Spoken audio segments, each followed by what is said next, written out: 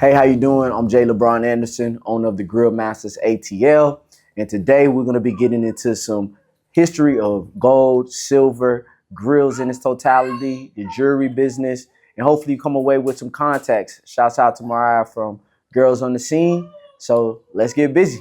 First and foremost, I want to talk about just kind of the history of gold and silver when it comes down to why our culture, generally black and brown people, wear jewelry, and kind of what that stands for. It's very interesting when we think about kind of where we are in society today, of people who have come from what we call oppression, but today utilizing jewelry, wearing jewelry, and why that is.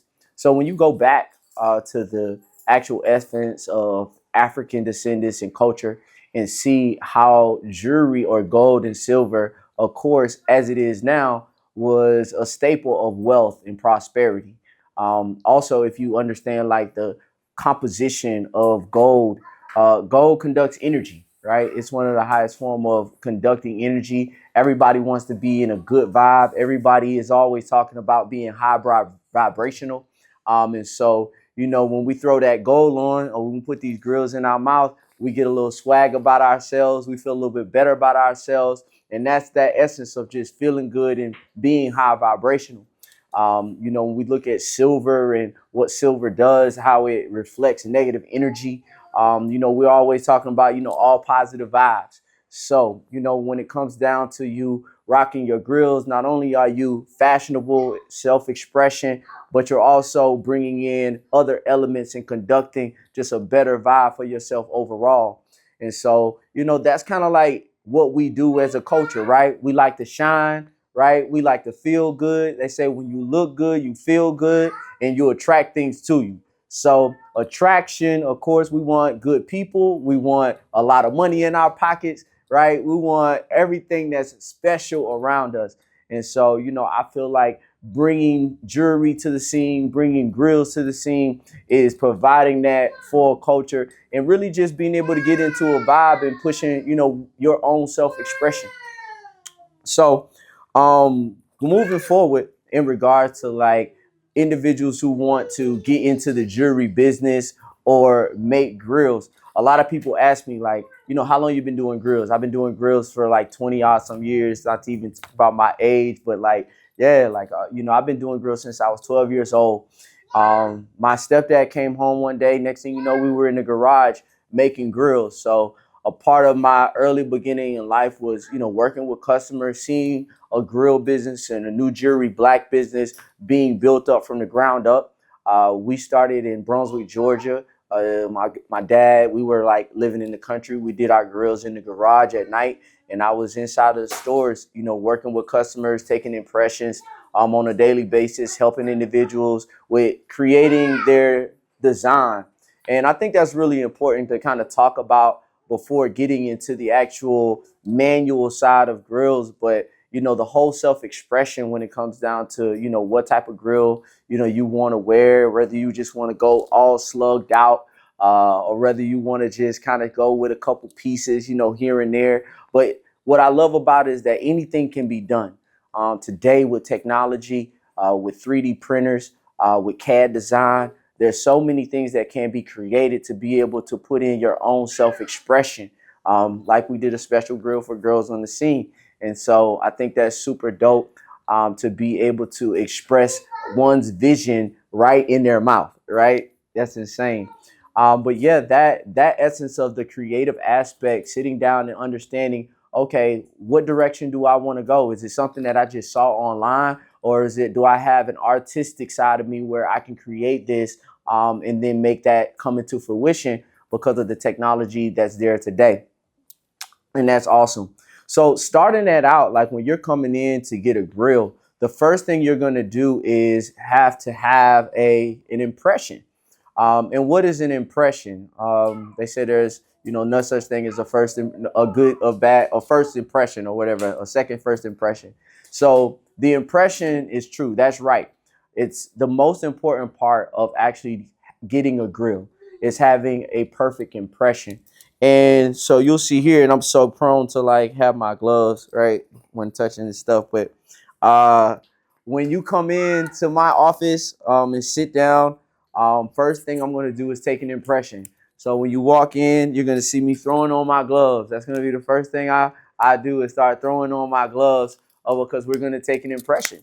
And so that's the first thing. If you're taking an impression, I suggest that you do is put on your gloves. And we have impression trays. You guys may have seen this before if you got braces before in the past or got a crown or something at the dentist. You've seen impression trays. With these impression trays, this is a top impression tray, right? And this is a bottom impression tray. You can tell the difference because of that groove in the inside when it goes on the bottom. And the top one, that's like for the roof of your mouth, and then it leaves room for your tongue to go in here.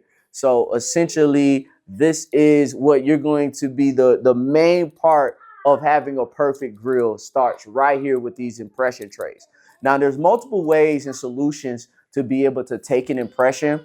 I'm going to go and showcase you just for the sense of video. And today, there's an alginate that is used, but this is the easiest, simplest form. This is a silicone mix, right? These two components, this blue one and this white one right here, when put together, they form a actual solution that then hardens. So it's very reactive. So essentially, for sense of you guys being here and spending time with me, I'll kind of give you just a quick little, understanding of how things will work with this solution.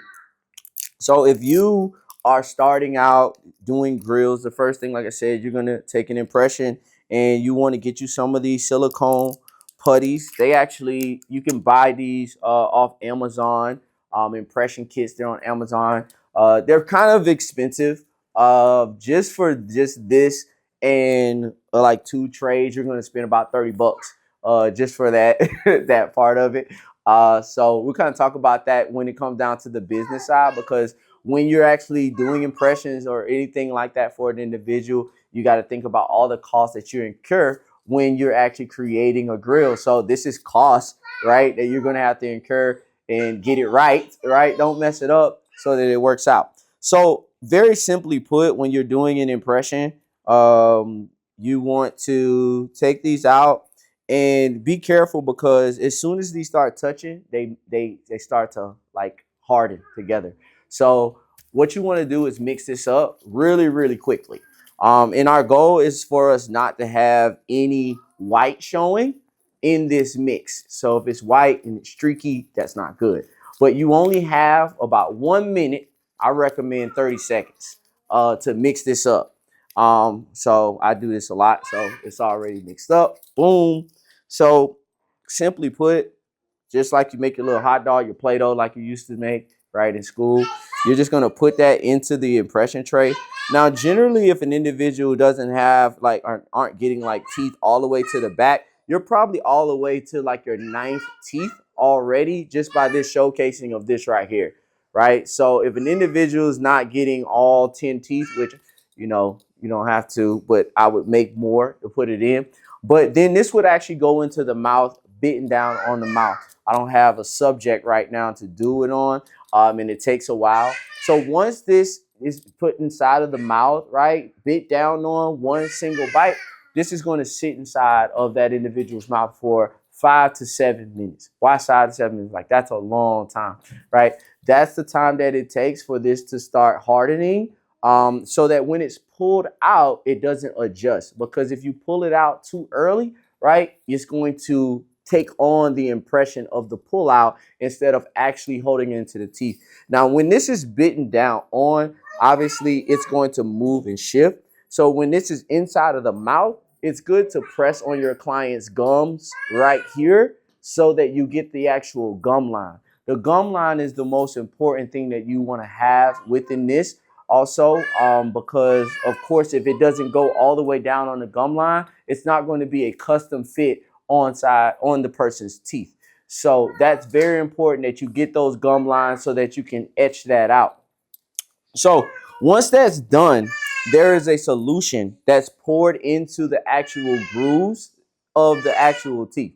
So I'm going to show you something. Hopefully it doesn't get too hard.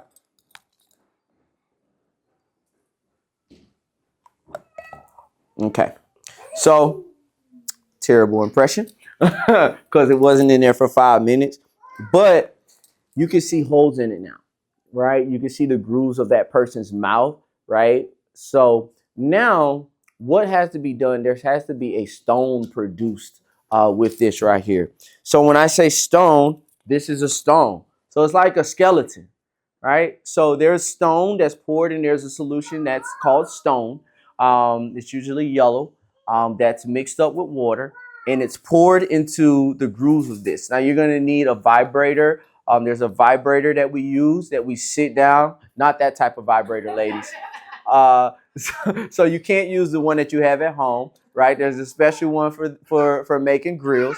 So you're gonna set that on the vibrator, and that's gonna knock out the bubbles inside of the stone so that there's no bubbles when it comes out. Like at the top of this, if you can see, there's like a bubble here or whatever, but you don't want those inside of the teeth or cracked inside of the teeth. So you want to go ahead and have that stone sitting down on the vibrator and then pour it into this and then set this onto the vibrator and let all the bubbles come out of it. Once that's done, it's going to sit for an hour. So a lot of people ask like, hey, can I come in and get my grills made real quick? Right? I only want two pieces, right?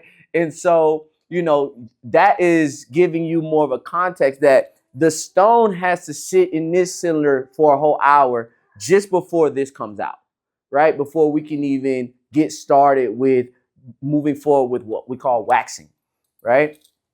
So once that comes out and you have, you know, your standard stone, you're going to apply a wax to it. There's a pink wax. You can order it on Amazon. If you got your phone, you can order it on Amazon. But yeah, it's a pink wax. And the wax, it's a JSP wax. Generally, you want to get like a 28 gauge, depending on what how thick you want your gold to be, right? You're going to get that wax. And when you have that wax, the wax, you want to soften the wax. In order to soften wax, it's super simple. All you need is hot water. And so you'll put that wax inside of the hot water and apply that wax to the teeth. And there are materials that we use in order to carve out whatever we want. So our goal is, if you could look at this mold here, you see the grooves inside of the mold. There's grooves. Once you apply wax to the teeth, you want to press that wax down inside of all of the grooves, right? So there's some materials, there's some tools that we use to press down on it. So you would use those tools and press down on it and then carve out. Once you get it to where you want it, you're gonna put it in cold water so that you can then carve it out easily so that it doesn't break.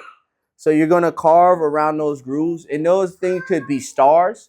Those things could be hearts, like people like. There could be, you know, like words spelling out, like we have with Girls on Scene, right? You could do different forms when it comes down to the creativity aspect.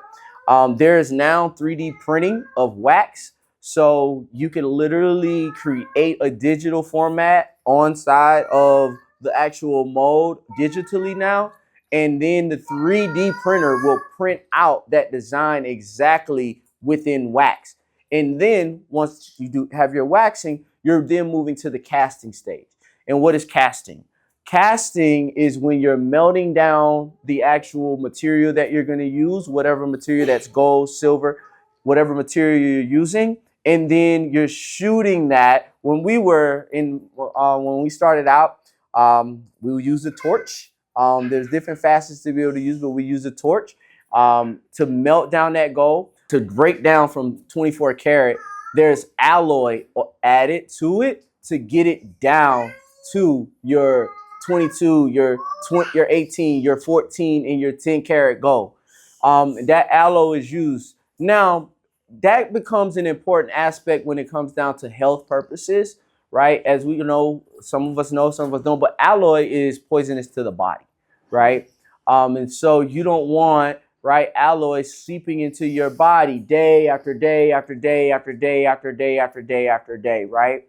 So when I sit down with, you know, one of my customers, I ask them, so, you know, what are you using the grill for? Like, is this going to be day to day, because some people utilize grills as a form of a temporary cosmetic solution, right? They may have a chipped tooth, right? They might want some correction done. They might be missing a tooth. They may not be at a place where they have insurance and have the money to pay, or maybe they do and they just want to just wear a grill, right? Because that's their style, right? And so I asked that individual, so what are you going to be, how are you going to be utilizing the grill?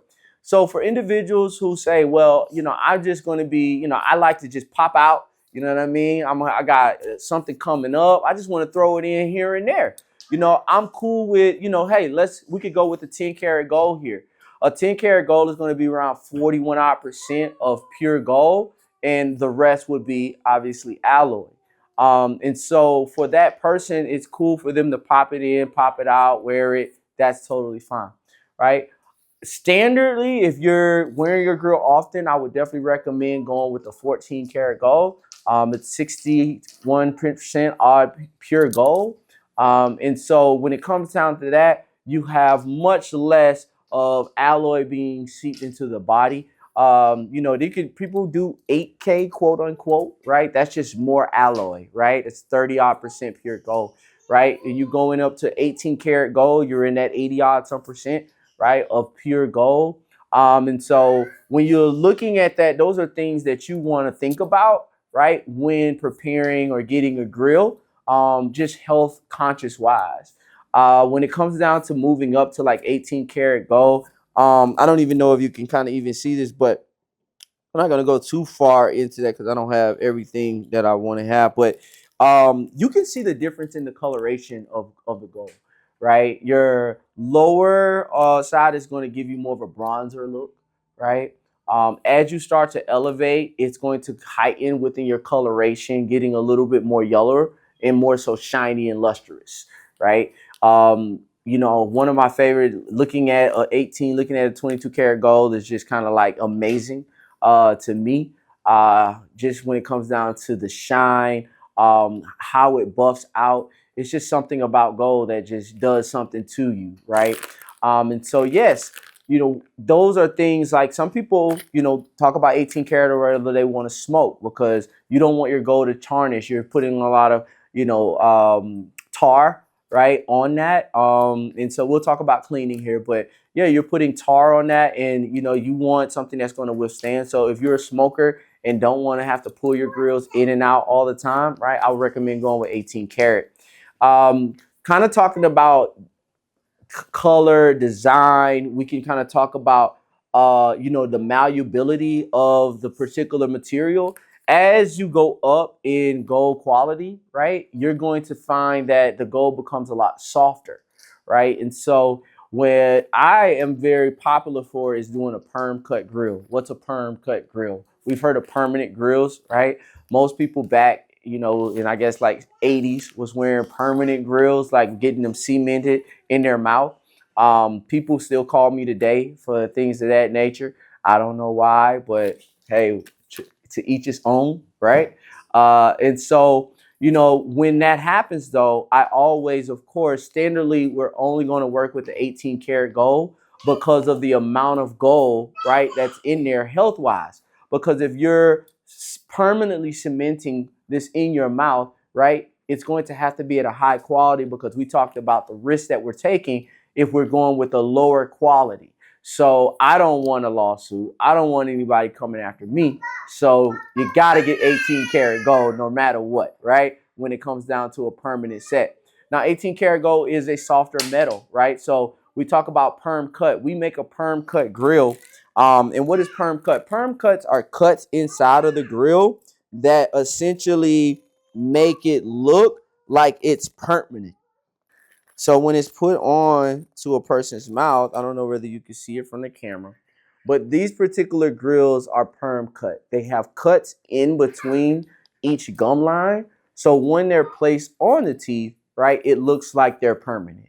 And so that's one of the special techniques that we use. Now, if you're getting an 18 karat gold, I don't recommend getting a perm cut because it is softer metal and you are putting this in and out of your mouth. Some people are putting it in their pocket. I don't recommend that. Get you a grill pouch to hold your grill because you will lose your grill taking it in and out, putting it inside of a napkin or whatever, or dropping it and stepping on it and bending it, right? I get calls all the time about, hey, can you fix my grill, right? And so I'm not really in the business of fixing grills. I'm more design, I'm more creating. But yeah, so definitely make sure that you're utilizing and keeping it, in a safe place when it comes down to that. Now, moving forward, when it comes down to casting, we were talking about casting. If you're someone who wants to get into the grill business, you can find individuals that cast if you're learning the molding and the waxing process, right? Or you can buy all the materials when it comes down to your caster, your buffer, your sanders, your things of that nature that is you're going to utilize through the whole process of making a grill. But once you actually cast your actual grill, that then has to then cool, right? So you have your cooling time. And so that cooling time is going to be, about an hour because it's baking in an oven, right? So you're talking about the baking of the actual grill and then taking that out. Once it comes out, it's going to be in like a charcoal form, nice and dark, right? And so you're going to actually, sand that off, buff that all out, and then polish that. And then you'll have a grill that fits onto that mold because that wax takes on the form of the actual skeleton that we produced in that earlier stage. And so it's all about then just sanding, buffing, and polishing. And then you come out with a nice, lustrous grill. This is a very popular. A lot of the girls are getting the two-tooth grill. This is like a more viral grill everyone's getting. But you can do anything when it comes down to making grills. You can put diamonds inside of grills, right? One thing to note when you're actually getting grills and people talk about like cost or what's the difference, or hey, can I get a grill? Can I get a grill and then bring it back to get diamonds added to it? I get that question, right? And so the answer to that is no. Why? Why can't you do that? Well, if you take a look, I don't know how close you can get up on it, but if you look, there's a difference inside with the actual metals for these grills. This is a thicker metal that you see because in order to fit the diamond inside of the grill, right, you're gonna need more metal in order to do so. So when it comes down to cost, right, you're looking at almost double the cost of gold, right, or silver when you're actually going to make a diamond grill. So if you ever look, sometimes people grills get kind of bulky because it looks bulky a little bit because you're adding more and more metal already. It's kind of like the chunky veneers, right? So, you don't pretty much try to want that. So we try to make a form that actually gives you more of a cleaner look. Like this is one of our clients that we put some stones in it, but it's not as thick, right? We kind of kept it as thin as possible because he didn't want it really, really thick. So we're doing our best. And the goal is for the diamonds not to come out of the back because if it's not thick enough and we put the diamond in the back and you put it on your teeth, it's going to push the diamond out of the metal. And so that's very important when understanding making grills and providing grills for individuals and why they look the way that they do. Very important aspect of that. So, my thing is this. The process, that's more of the full process of going through and making a grill, right? But in any business, I think that's just the start, right? When I got into the grill business, young, my dad, he is a hands-on guy, right? He's more of a hands-on, so he learned metal smithing and he taught that trait to me. I don't like using my hands. Because I did it all the time when I was a kid, right? So when it comes down to it, people who want to get into the grill business, I created an affiliate opportunity to be able to work with the Grill Masters ATL. And what does that mean, right? Maybe you don't have the time, right? Because if you think about it, right, I just took you through like a 4-hour process of making grills. It's about 4 or 5 hours to make a grill. Now imagine you had 10 grills to make, right? That's a lot of work. And some individuals may not have the time. You might be working a job, you might have kids, you might not have the time to essentially do that. So our goal is to take the legwork out of it for you, but allow you to use your marketing genius or your connections to be able to generate revenue off of jewelry in grills. I'm very passionate about that aspect because I feel like in our community, we don't have a lot of individuals who actually are on the side of generating revenue in the jewelry business. Now, we wear a lot of jewelry. We buy a lot of jewelry. Black people buy a lot of jewelry, but we're not the ones that are actually making the money off of the jewelry. So I wanted to give opportunities to the community who supports my business to generate revenue with us. And so we created an affiliate marketing program where individuals can market grills or any type of custom jewelry and have a direct link to our website that pays them out the commission. And we pay a very hefty commission. We pay up to 10 to 20% of retail price. And so that's a very, very powerful. Average grill goes for around $700 today. So, you know, you're looking at upward from $70 to $140 just for being able to market our grills to be custom made. And you have a direct link that links to our website that a person can check out with. It always remembers the customer who comes in. So you will always make money off that customer for the lifetime if they come back to us anytime. And you actually get paid out directly to your bank account. So you set up your bank account in your back end office. And when you get a sale, it tells you who bought, how much they purchased for, and what your commission is going to be. And so we wanted to allot that to anybody across the country that is looking to get into the jewelry business, that don't want to go through all the startup costs and all of the things. You know, one-on-one classes with the grill, learning jewelry making will cost you right around $3,500 to $4,000. That's before you buy the materials, right, and buy the gold, because gold is very expensive. Gold just shot up to $3,000 an ounce. So if you do the math, right, you're going to be spending right around $30 a gram. And each tooth is a gram. And generally, when you're actually shooting the gold, you're going to lose about a gram when shooting gold, sanding, and buffing. So you're going to lose $30 just off of just constructing the grill financially. But there is, of course, value in retail sales. And so there's opportunity for whichever direction you would like to go. But what I like to explain is that there's no business that is going to be successful without marketing. You know, I started off on Instagram. My dad was like, hey, you should just start back doing grills. So I started building a page while my dad would hand construct the grills, because I focused on sales and marketing, even though I know how to make grills and it's something I was doing so much as a kid, right? He has his strengths, I have my own. So customer facing, marketing, designing, that's where I land when it comes down to the Grill Masters ATL on a day-to-day basis. So what's important about that? Marketing, right? Because if no one knows you exist, right, then you have no customers. So the internet is a beautiful place, right? There's things like TikTok, there's things like Instagram, there's things like Google ads, you know, placing your business on Google that I highly recommend. There's things like Etsy, right, that I highly recommend that you do. Now, for me, I will pay for what I want. So if you are starting any type of business, I recommend that you find a Google ad manager or learn how to run ads yourself. And also collaborate with individuals. We have a great collaboration with Grillz on theScene. We have influencers that we've been able to work with. And so don't be afraid to put yourself out there. I woke up one morning and I saw Jada Waiter post a grill on Instagram or Snapchat.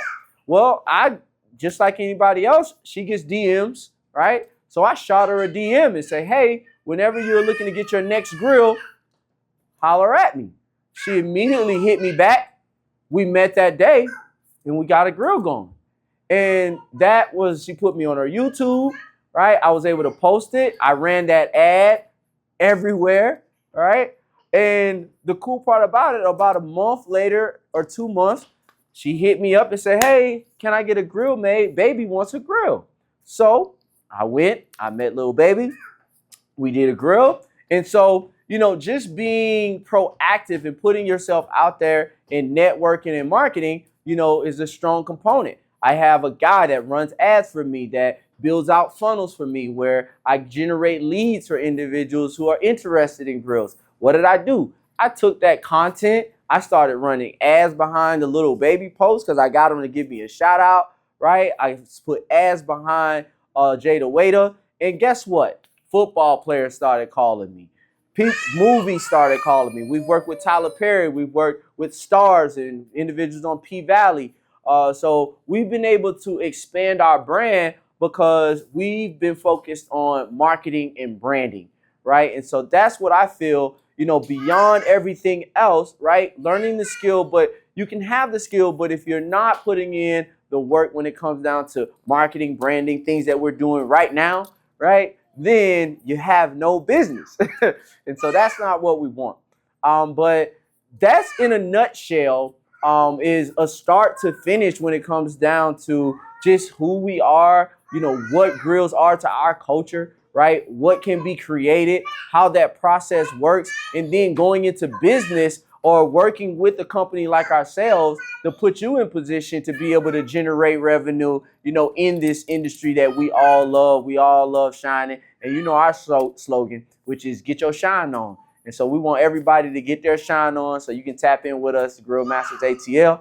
And I'm here if you got any questions, but I really appreciate the time, and shouts out to Girls on the Scene for having me here, and shouts out to everybody here that's taking the time out, pushing what they do to the forefront.